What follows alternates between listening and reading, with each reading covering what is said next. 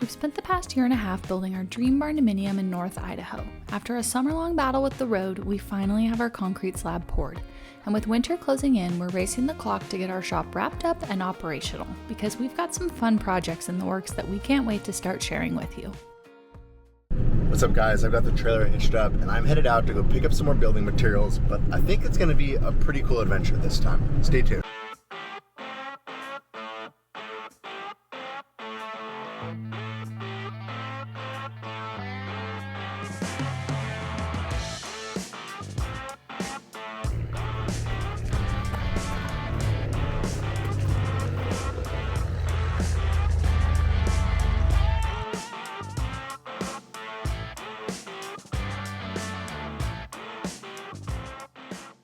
Alright guys, this is a process that I have been wanting to see for a long time, and today's finally the day where I get to check it out. We're here at Ibex Metals and we're going to actually make the metal panels and the trim for our building right here today.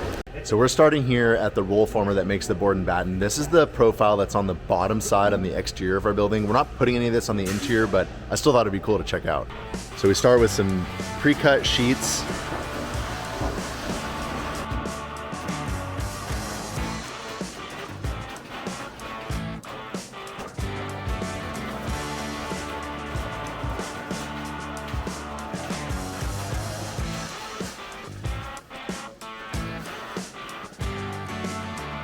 And now we're going to start forming the liner panel that we're going to use on the interior of our building on this other roll form machine right over here.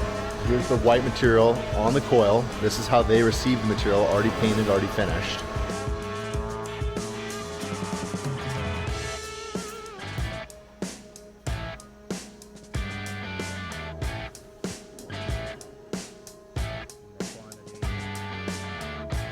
So right here they've got each one of the sheets that I ordered already programmed in. All they have to do now is hit run and it's going to print them out.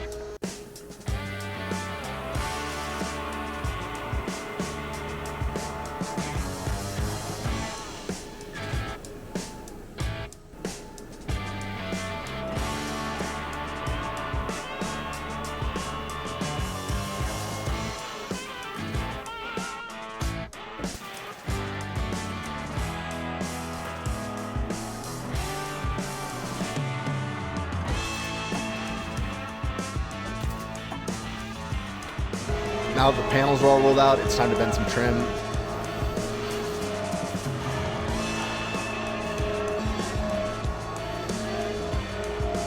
Every piece of trim starts here at the slitter where it comes off the roll, gets slit to width, and then cut to length to make the exact size they need to then take over to the folder.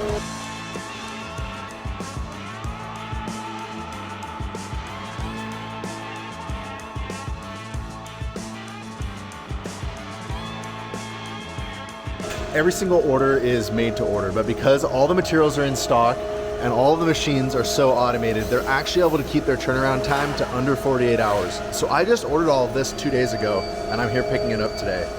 They're making it while I wait. It's pretty crazy.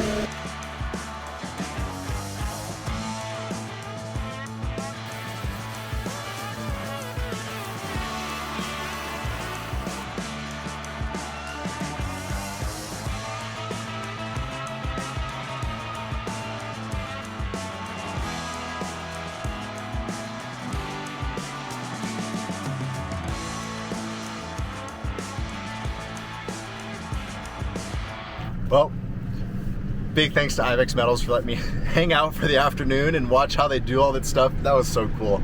I love just seeing how stuff is made, and I thought it was so cool the way that like everything is made to order. The shop was super organized, super clean. There wasn't a bunch of extra inventory everywhere.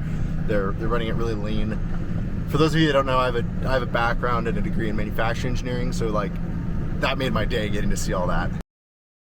Before YouTube, we had a small off-road shop in manufacturing business, and part of that business included shipping products all over the US. We quickly learned just how important it was to be prepared for the chaos of the holiday shopping season. It felt like there was never enough time in the day, and the last thing we wanted to do was spend time driving to the post office. And then we discovered Stamps.com, and it became our go-to for all of our shipping and mailing needs. Stamps.com is a 24/7 post office that can be accessed anywhere. No lines, no traffic, and no hassle. And with just a few short clicks, you'll have access to all of the USPS and UPS services you need to ship your products or send mail. Not only is Stamps.com a huge time saver, but you'll also find major discounts up to 86% off. And if you need a package pickup, you can easily schedule it through your Stamps.com dashboard. So get ahead of the holiday chaos this year and get started with Stamps.com today. Sign up at Stamps.com/ambitionstrikes for a special offer that includes a 4-week free trial, free postage, and a free digital scale. There are no long-term commitments or contracts. Thanks again to Stamps.com for sponsoring this video. All right, Courtney's up there working on getting the second coat of mud on the drywall, and I'm gonna start on the shop walls here, starting with a baseboard. Since we're using metal liner panel on the interior walls here, I was a little bit worried about the very bottom of them getting dinged up by jamming stuff into them. So we're gonna use some of this plastic Trex decking material right around the bottom like a baseboard, and then bring the metal to the top of that.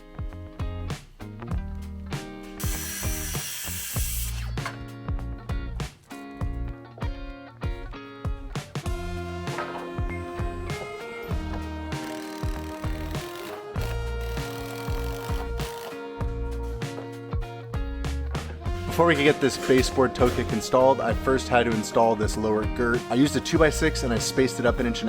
I wanted to use 2x8s, but they didn't have any 2x8s in stock, and I figured out how to make a 2x6 work. This space here is going to allow us to attach the metal siding right here to the top of this toe kick.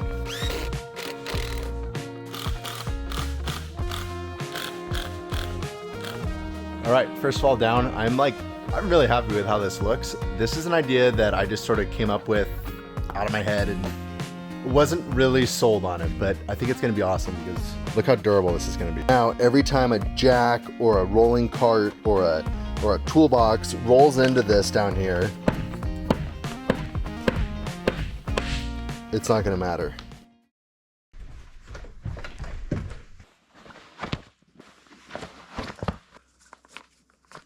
Good morning, guys. It's a beautiful day here on the property. We've got all the wood we need. We've got all the metal we need.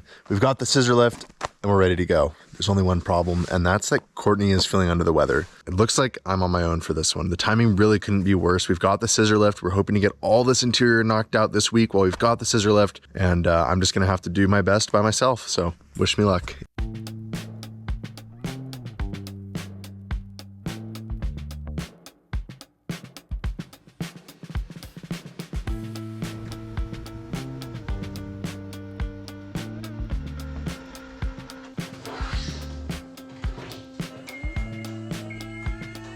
I'm hoping that with the lift extended like this, I'm gonna be able to get around the chimney and over the staircase.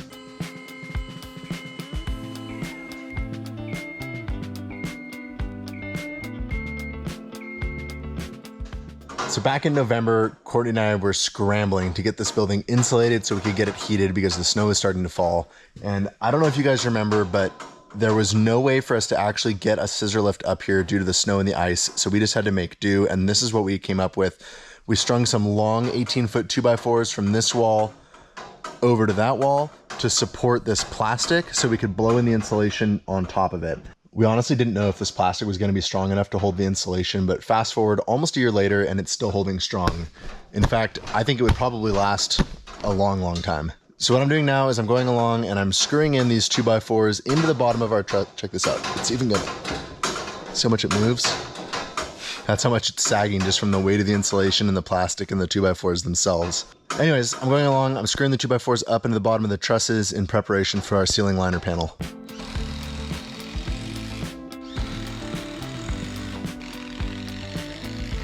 This scissor lift is making this so much easier than my plan B though. So check this out. That's how much space there is between the bottom of this board and between the bottom of the truss and this board that's holding up the insulation.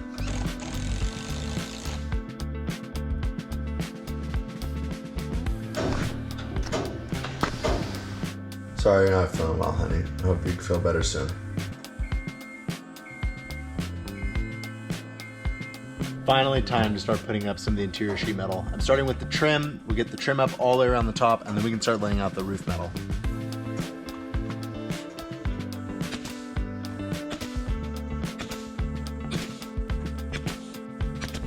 This profile is called F and J channel. So it's basically a piece of F channel and a piece of J channel in one trim profile. And that's cool because I'm able to put one piece up that trims out both the ceiling and the wall panels all at the same time. First attempt to hang the second piece didn't go well. I'm gonna put a screw in to hold the piece up while I get it lined up on the other end. I'm gonna very carefully nip this off, which also crimps that edge. And then I'm gonna nip that one off. And with any luck, they'll kind of fit into each other and the seam will be hidden. And of course the plastic's in the way. The plastic is always...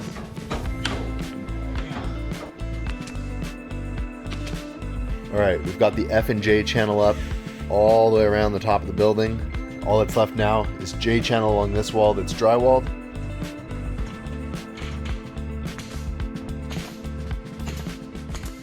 I think that ideally I'd snap a chalk line or I'd use a laser all the way down this wall for this first row to make sure that they're all lined up straight. But I'll show you why I can't do that. But the way this insulation is sagging between each truss, there's no way for me to snap a chalk line.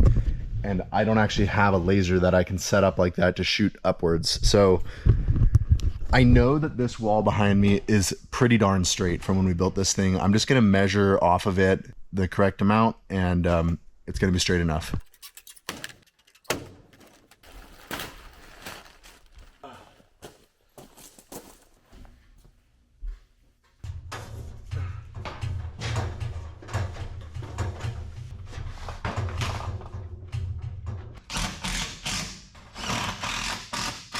So you can see right here, this is why the F and J channel is so important. If I hadn't used the F and J and just used a J, then right in this gap, it wouldn't be white. We'd see the wood showing through.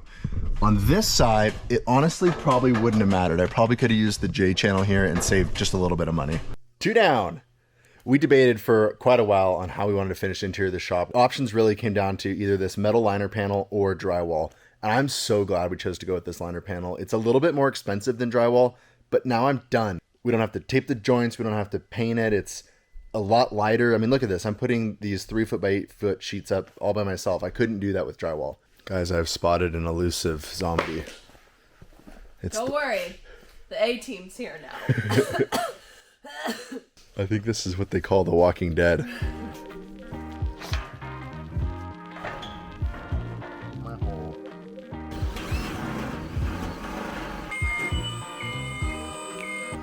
It works out pretty well that this deck expandos so that I can go up and over the staircase without running into the shoe rack. Wait, you just ran into the shoe rack. I'm holding it. Oh, well thank you. I was wondering why it was staying. It's heavy. I'm holding it up with my head.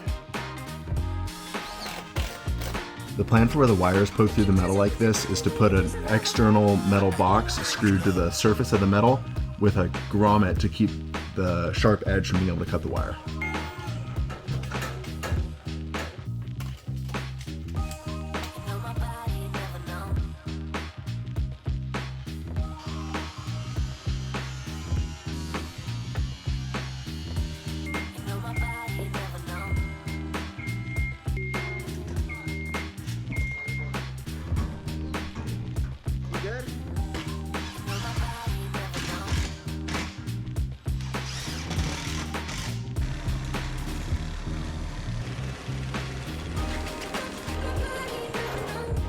These little curly cues give me so much nostalgia to last summer. There was just like garbage bags full of them. Sure. Stop.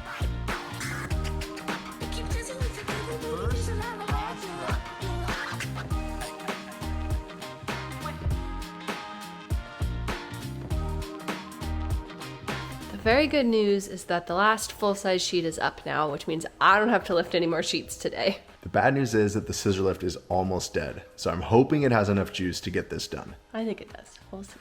It looks so good. It's like a teaser of how good it's gonna look in here. All right, last sheet.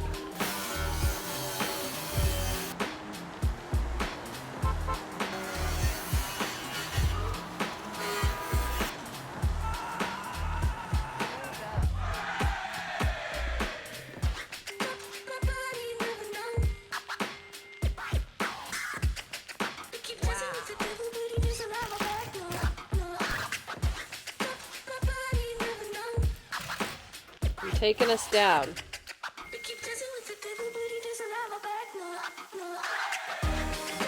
Well, that means the battery lasted. All right, you guys, I think that is an excellent stopping point for tonight. We have the scissor lift for 2 more days, and we still need to get the tall walls done, the lights mounted. We're gonna have a busy few days. We'll see you tomorrow.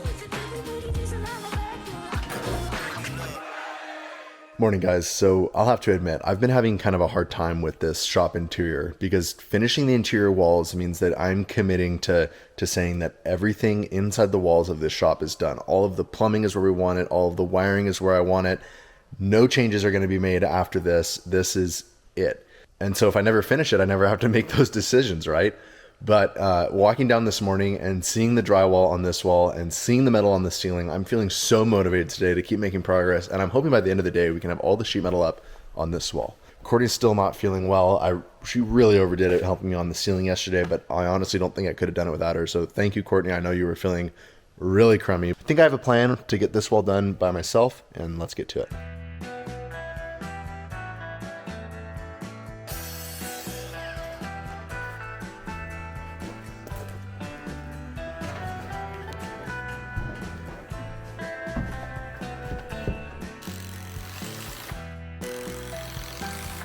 Okay, I'm finally finished with the interior framing on this wall here. I think that this is one of the major downsides to a post-trem building like this is that, yeah, you can get the building up really quickly and get that shell all dried in, but when it comes to finishing the interior, everything is a little bit more difficult, where if this were stick framed, you know, we'd already have the studs and all we'd be doing is sticking our interior finish right to those studs. Instead, now we had to do this whole extra step of adding all these framing members just to have something to hang our interior wall finish on. Okay, last step before we can start hanging the sheet metal on the walls is to get this base trimmed down. It fits absolutely perfectly over the top of this composite decking that we're using for a baseboard.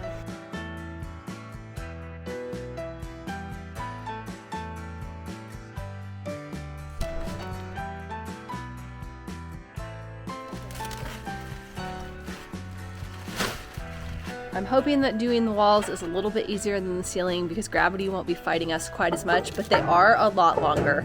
The ceiling panels we ordered in 8-foot sections to make them more manageable, but we wanted these to just be complete panels without any seams, so they're 18 feet long.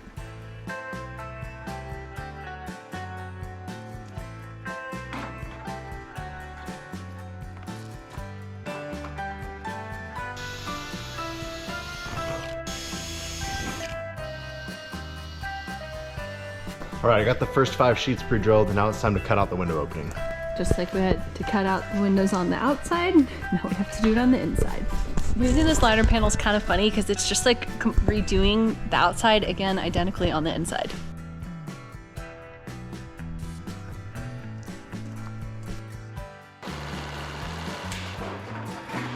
I ordered all these sheets to a very precise length so that we wouldn't have to cut them at all, but I totally forgot about the thickness of the ceiling panels, so we're 1 inch too long and I'm gonna have to cut every single one of them.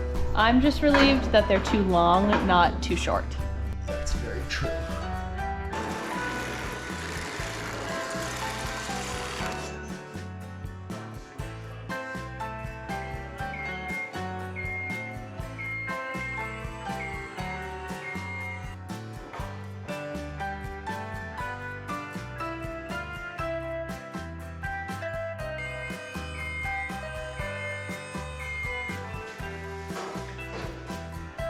Is it level?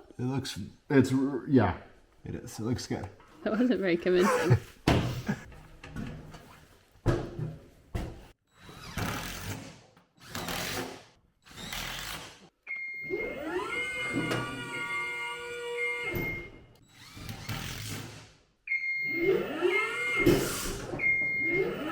that a purpose? What is it doing? I don't know what it's doing. Why are you doing that? Oh, that was me. I think we've gone delirious. Oh, we're way past that. Wow. I am very tired, but I set a goal of hopefully I could help Riley today get at least this long wall done. I'll feel pretty good about where we're at if we can end the night with the long wall done, because the rest of the walls that we're trying to get done with the scissor lift are much smaller. Am I yelling? Yeah. Oh. And it's very echoey in here. Yeah. Little by little, piece by piece, I take back what's been stolen from me. Little by little, piece by piece, until I'm complete. Dang it. Now we have to install a bigger window. Yeah, that's actually probably the easiest solution. So I measured from the center of this rib to the edge of the window, but then when I made my cut, I measured my cut from the center of this rib on accident. I didn't order any extra sheets of this material, so we're just gonna have to patch this somehow. I've got a few scraps that we've cut off from the various cuts we've made on it, and I'm gonna just make a piece and try not to look at it every day.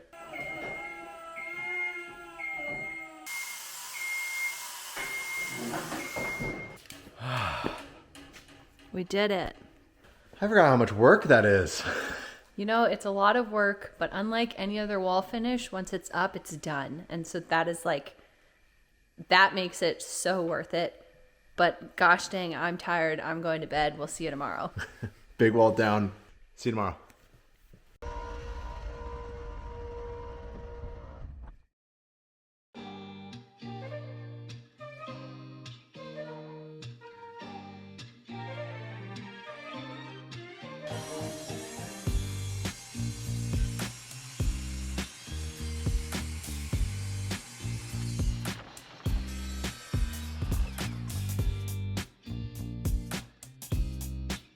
If you like the new Army Truck hoodie that I'm wearing, check that out in our merch store. There's a link in the banner below. White shelf. Bam! First I'm using the new cordless finish nailer. Courtney's Aunt Karen and Uncle Randy actually gave this to her for her birthday, but I guess I get to use it. That was awesome.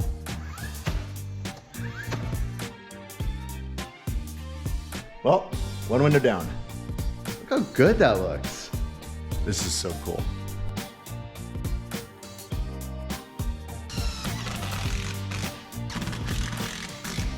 Two windows down. Now, if this were on the outside of the building, I'd be trimming these out a little bit differently to ensure that they're waterproof. But since it's on the inside and we don't really care if they're waterproof, I'm just doing it the easy way. What time is it? Wall time? Wall time. Panel time. Hammer time.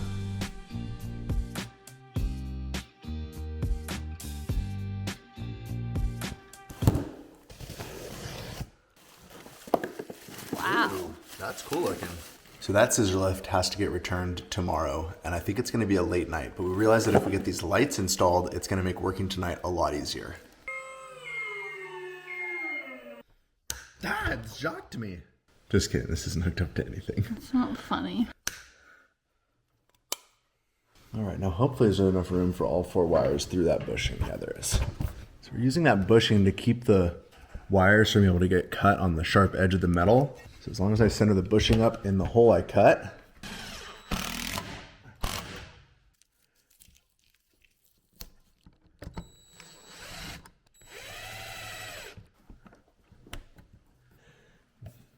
maybe. These are high bay LED lights from Hyperlight LED. They're supposed to be like insanely bright lights for working in a shop environment like this. Ooh. It just barely fit. All I do is plug it in. There we go. And if we ever wanted to add more lights, we already have a plug here and we could add. Go ahead. All right, 1 light down, 2 to go.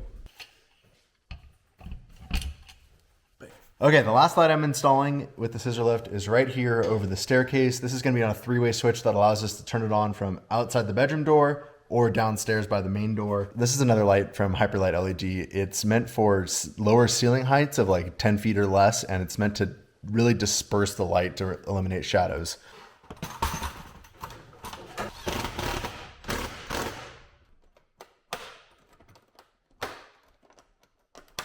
It's starting to get too dark for me to be able to see what I'm doing, but we have a lot more work we have to get done before we return that scissor lift tomorrow. So I'm gonna get these lights fired up. Here we go, guys. These are the first official lights in our shop. Whoa, oh my God. Oh my God. They're bright. They're very bright. We should have done that a long time ago. Yeah. All right, we worked late last night with the lights on and we got all of the sheet metal up in the high part of the shop. Courtney's finishing up with one last coat of mud on the drywall and then it's time to get this scissor lift returned. We barely made it. This is one of those projects where I drastically underestimated the amount of time it's going to take to get all this done, but I am so stoked with how it looks. It turned out amazing, and I can't wait to get started working in here.